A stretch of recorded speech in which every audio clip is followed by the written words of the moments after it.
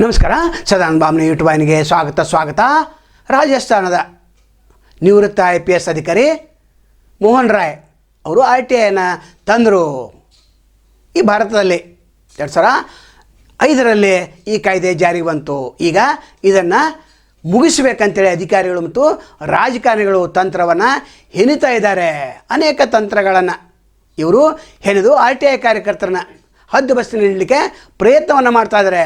ಕೇವಲ 26 ಜನರನ್ನು ಬ್ಲ್ಯಾಕ್ ಲಿಸ್ಟಲ್ಲಿ ಹಾಕಿದ್ದಾರೆ. ಇನ್ನಷ್ಟು ಜನರನ್ನು ಹಾಕಿ ಇನ್ನಷ್ಟು 40 ಜನ ಬ್ಲ್ಯಾಕ್ ಲಿಸ್ಟದಲ್ಲಿದ್ದಾರೆ ಅಂತ ಹೇಳ್ತಾರೆ. ಅದು ಹಾಕಿ ಆದರೆ ಸಾವಿರಾರು ಅರ್ಜಿಗಳು ಹಾಗೇ ಬಾಕಿ ಉಳಿದಿವೆ.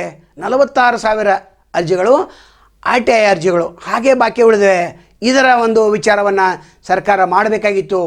ಇನ್ನು RTI ಮಾಹಿತಿ ಕೊಡೋರು ಅವರಿಗೆ ತರಬೇತಿನೇ ಇಲ್ಲ. ನಂತರ ಮೊಟ್ಟ ಮೊದಲಿಗೆ 1776ರಲ್ಲಿ ಸ್ವೀಡನ್ದಲ್ಲಿ 1766 ಸ್ವೀಡನ್ದಲ್ಲಿ RTI ಬಂತು. ಅದರ ನಮ್ಮ ದೇಶಕ್ಕೆ ಬರಲಿಕ್ಕೆ 2005ರಲ್ಲಿ ಆಯಿತು. ಅದಾದ ನಂತರ ಹಲವು ತಿದ್ದುಪಡಿಗಳಂತಂದರು. ಈಗ ಮತ್ತೆ ತಿದ್ದುಪಡಿ ತರ್ತಾರಂತೆ.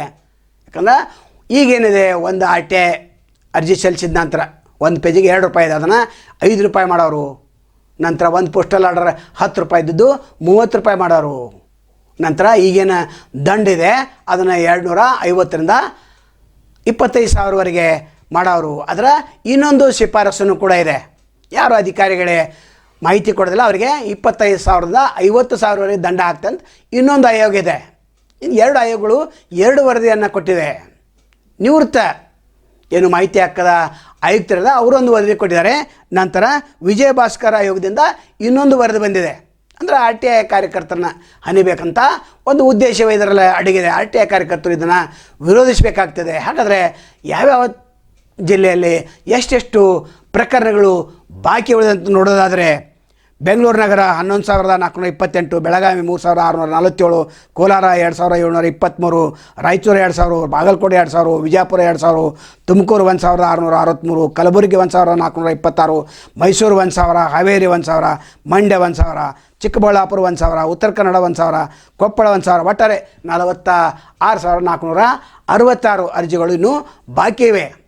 ಇನ್ನು ಮತ್ತೊಂದೇನು ವಿಚಾರ ಅಂತಂದರೆ, 25ಕ್ಕಿಂತ ಮೇಲೆ ಏನು ಅರ್ಜಿ ಸಲ್ಲಿಸಿರ್ತಾರೆ RTI ಅದನ್ನು ಗಮನಕ್ಕೆ ತನ್ನಿ ಅಂತೇಳಿ ಹೇಳಿದ್ದಾರೆ. ಇದು ಯಾವ ರೀತಿ ಗಮನಕ್ಕೆ ತರ್ತಾರೆ ಕಾದು ನೋಡಬೇಕು. ಕೇಂದ್ರ ಸರ್ಕಾರದ ಅಡಿಯಲ್ಲಿ ಬರ್ತದೆ ಅದು. ಇವರು ಏನೇ ಗುದ್ದಾಡಲಿ, ಕೇಂದ್ರ ಸರ್ಕಾರ ಈ RTI ಏನು ತಿದ್ದುಪಡಿಯನ್ನು ಮಾಡಲೇಬಾರ್ದು. ಶಿಫಾರಸು ಮಾಡಬಹುದು ಸರ್ಕಾರ, ಆದರೆ ತಿದ್ದುಪಡಿ ತರಲಿಕ್ಕೆ ಸಾಧ್ಯನೇ ಇಲ್ಲ.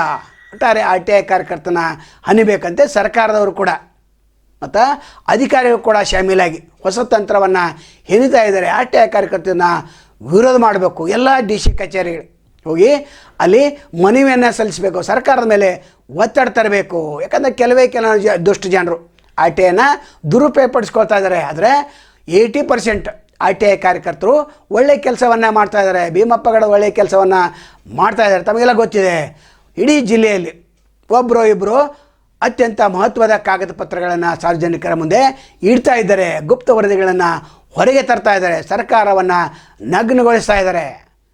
ಮತ್ತು ಭ್ರಷ್ಟ ಅಧಿಕಾರಿಗಳ ಏನು ಒಂದು ವ್ಯವಸ್ಥೆ ಇತ್ತು ಅದನ್ನು ಹೊರಗೆ ತರ್ತಾ ಇದ್ದಾರೆ. ಒಟ್ಟಾರೆ ಅಧಿಕಾರಿಗಳ ಮೇಲೆ ಕಡಿವಾಣ ಹಾಕೋದು ಬಿಟ್ಟು RTI ಕಾರ್ಯಕರ್ತರ ಮೇಲೆ ಕಡಿವಾಣ ಹಾಕೋದು ಎಷ್ಟೊಂದು ಸರಿ. ಈ ಸಚಿವ ಸಂಪುಟದಲ್ಲಿ ಏನು ಚರ್ಚೆ ನಡೆದಿದೆ ವಿಧಾನಸಭೆಯಲ್ಲಿ ಅದನ್ನು ಮುಖ್ಯಮಂತ್ರಿಗಳು ಮೊದಲು ಬಂದ್ ಮಾಡಬೇಕು. ಯಾಕಂದರೆ ಆಡಳಿತ ಒಳ್ಳೆಯದು ನಡಿಬೇಕಾದ ಪಾರದರ್ಶಕ ಆಡಳಿತ ನಡೆಯುವ ದೃಷ್ಟಿಯಿಂದ RTI ಬಂತು. ತಮಗೆಲ್ಲ ಗೊತ್ತಿದೆ, ಒಳ್ಳೆಯ ಆಡಳಿತ ನಡಿಬೇಕಾದ್ರೆ RTI ಕಾಯ್ದೆ ಬೇಕೇ ಬೇಕು. ಇನ್ನು ಒಂದು 20 ಪೇಜೋ 40 ಪೇಜೋ ನೀವು ಕೇಳಿದರೆ ನೀವು ಎಷ್ಟು ಕೊಡ್ತೀರಿ? 2,000 3,000 ಕೊಡ್ತೀರಿ. ಅದಕ್ಕೆ 10,000 ತುಂಬ್ರಿ, 5,000 ತುಂಬ್ರಿ, 15,000 ತುಂಬ್ರಿ ಅಂತೇಳಿ RTI ಕಾರ್ಯಕರ್ತರಿಗೆ ಪತ್ರ ಬರೀತಾರೆ. ಆತ ಬಡವಿರ್ತಾನೆ. ಹೇಗೆ ಸಾಧ್ಯ ಇದು? ಅಂದರೆ ಇಲ್ಲಿ ದುರುಪಯೋಗ ಪಡಿಸ್ಕೊಳ್ತು ಅಧಿಕಾರಿಗಳು. ನಂತರ ನೀವೇನು ಹೇಳ್ತಾರೆ, ಯಾರೋ RTI ಕಾರ್ಯಕರ್ತ ಹೆದರಿಸಿದ್ರೆ ಪೊಲೀಸ್ ಠಾಣೆಗೆ ಹೋಗಿ ದೂರು ಕೊಡಿ ಅಂತೇಳಿ ಅಧಿಕಾರಿಗಳು ಹೇಳ್ತಾರೆ. ಭ್ರಷ್ಟ ಅಧಿಕಾರಿಗಳು ಯಾವ ರೀತಿ ದೂರು ಕೊಡಲಿಕ್ಕೆ ಸಾಧ್ಯ ಇದೆ? ನಿಮ್ಮಲ್ಲಿ ಏನು ಮಾಹಿತಿ ಇದೆ ಅದನ್ನು ನೀವು ಸ್ಪಷ್ಟವಾಗಿ ಕಡಿಮೆ ಹಾಳೆಗಳಲ್ಲಿ ಕಡಿಮೆ ಪೇಜ್ಗಳಲ್ಲಿ ನೀವು ಕೊಡಬೇಕಾಗಿತ್ತು. ಕೊಡ್ತಾ ಇಲ್ಲ. ನಿಮ್ಮಿಂದ ಕೂಡ ಹರಾಸ್ಮೆಂಟ್ ಆಗಿದೆ. ನಂತರ ಲೋಕಾಯುಕ್ತಕ್ಕೆ ದೂರನ್ನು ಸಲ್ಲಿಸಬಹುದು. ತಪ್ಪು ಮಾಹಿತಿ ಇದ್ದರೆ ಮೇಲಾಧಿಕಾರಿ ಗಮನಕ್ಕೆ ತರಬಹುದು. ಆದರೆ ಮೊದಲನೇ ಏನು ಮೇಲ್ಮನವಿ ಇದೆ, ಎರಡನೇ ಮೇಲ್ಮನವಿ ಇದೆ, ನಂತರ ಆಯುಕ್ತರ ಕಚೇರಿಗೆ ಏನು ಹೋಗ್ತದೆ, ಇದಕ್ಕೆ 90 ದಿವಸ ಬೇಕು ಒಬ್ಬ ಆರ್ ಟಿ ಐ ಕಾರ್ಯಕರ್ತ. ಒಂದು ಸಾಮಾನ್ಯ ವಿಷಯ ಕೇಳಿದಾಗ 90 ದಿವಸ ನೀವು ತೆಗೆದುಕೊಳ್ತಾ ಇದ್ದೀರಿ. ಇನ್ನು ಆಯುಕ್ತರ ಟೇಬಲ್ಗೆ ಹೋದರೆ ಅಲ್ಲಿ ಆರ್ ಟಿ ಐ ಕಾರ್ಯಕರ್ತರಿಗೆ ದಂಡ ಹಾಕಬೇಕು ಅನ್ನೋ ಒಂದು ವಿಚಾರ ಕೂಡ ನಿಮ್ಮ ತಲೆಯಲ್ಲಿ ಈಗ ಮೂಡ್ತಾ ಇದೆ. ಒಟ್ಟಾರೆ ಆರ್ ಟಿ ಐಯನ್ನು ಹಾಳು ಮಾಡಬೇಕು ಅನ್ನೋವಂಥ ಉದ್ದೇಶದಿಂದ ಈಗ ಚರ್ಚೆ ನಡೆದಿದೆ. ಅದಕ್ಕೆ ಕೆಲವು ಶಾಸಕರು ಕೂಡ ಬೆಂಬಲವನ್ನು ವ್ಯಕ್ತಪಡಿಸ್ತಾ ಇದ್ದಾರೆ. ಯಾವ್ಯಾವ ಶಾಸಕರಿಗೆ ಆರ್ ಟಿ ಐದಿಂದ ತೊಂದರೆ ಆಗಿದೆ ಅವರೇ ಬಾಯಿ ಬಿಟ್ಟಿದ್ದಾರೆ. ಒಟ್ಟಾರೆ ಸರ್ಕಾರ ಚೆನ್ನಾಗಿ ನಡಿಬೇಕು, ಕೇಂದ್ರ ಸರ್ಕಾರದಲ್ಲಿ ಚೆನ್ನಾಗಿ ನಡಿಬೇಕಂತಂದರೆ ಆರ್ ಟಿ ಐ ಬೇಕೇ ಬೇಕು. ದೇಶದ ತುಂಬೆಲ್ಲ ಹೋರಾಟ ಮಾಡಿದ ನಂತರ 20 ವರ್ಷ ಹೋರಾಟ ಮಾಡಿದ ನಂತರ ಒಂದು 2 ದಶಕದ ಹೋರಾಟ ಮಾಡಿದ ನಂತರ ಆರ್ ಟಿ ಐ ಬಳಕೆಗೆ ಬಂದಿದೆ 2005ರಲ್ಲಿ. ಅದಾದ ನಂತರ 10 ವರ್ಷ ಯಾರಿಗೂ ಮಾಹಿತಿ ಇರಲಿಲ್ಲ.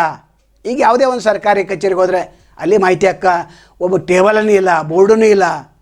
ಮಾಹಿತಿ ಕೇಳಿದ್ರೆ ಇಲ್ಲಿ ಅಧಿಕಾರಿ ಇಲ್ಲ, ಸರ್ಕಾರ ಇದನ್ನು ನೇಮಿಸಿಲ್ಲ ಅಂತ ಹೇಳ್ತಾರೆ. ಭಾಳ ಜೋರು ಮಾಡಿದರೆ ಅರ್ಜಿ ಕೊಟ್ಟು ಹೋಗ್ರಿ ಅಂತ ಹೇಳ್ತಾರೆ. 10 ರೂಪಾಯಿ ಕ್ಯಾಶ್ ತೊಗೋಬೇಕಾಗಿದೆ, ಕ್ಯಾಶ್ ತೊಗೋದಿಲ್ಲ ಅವರು. ಪೋಸ್ಟಲ್ ಆರ್ಡರ್ ತೆಗೆದುಕೊಂಡು ಬಾ ಅಂತ ಹೇಳ್ತಾರೆ. ಆದರೆ ಪೋಸ್ಟಲ್ ಆರ್ಡರ್ ಸಿಗೋದೇ ಇಲ್ಲ. ಒಟ್ಟಾರೆ ಆರ್ ಟಿ ಐ ಕಾರ್ಯಕರ್ತರು ಭಾಳ ಎಚ್ಚರಿಕೆಯಿಂದ ಇರಬೇಕು. ಪ್ರತಿ ಜಿಲ್ಲೆಯಲ್ಲಿ ಹೋರಾಟವನ್ನು ಮಾಡಬೇಕು, ಸರ್ಕಾರವನ್ನು ತರಾಟೆಗೆ ತೆಗೆದುಕೊಳ್ಳಬೇಕು.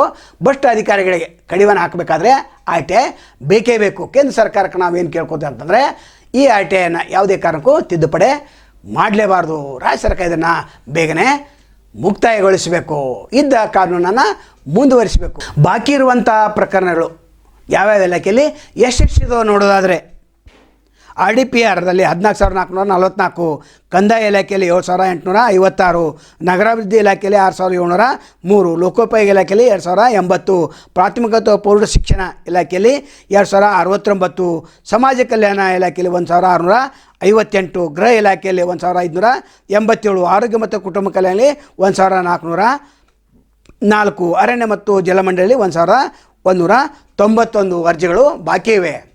ರಾಜ್ಯ ಸರ್ಕಾರಕ್ಕೆ ಅಧಿಕಾರ ಇಲ್ಲ. ಆರ್ ಟಿ ಐ ಏನು ತಿದ್ದುಪಡಿ ತರದೆ ಅದು ಇಲ್ಲ. ಕೇಂದ್ರ ಸರ್ಕಾರಕ್ಕೆ ಅಧಿಕಾರ ಇದೆ. ಕೇಂದ್ರ ಸರ್ಕಾರ ಇದನ್ನು ತಿರಸ್ಕರಿಸಬೇಕು. ನಾಳೆ ಮತ್ತೊಂದು ತಮ್ಮನ್ನು ಭೇಟಿ ಆಗ್ತೇವೆ. ಅಲ್ಲಿವರೆಗೆ ಎಲ್ಲಿ ಶುಭಾಗಲಿ. ನಮಸ್ಕಾರ.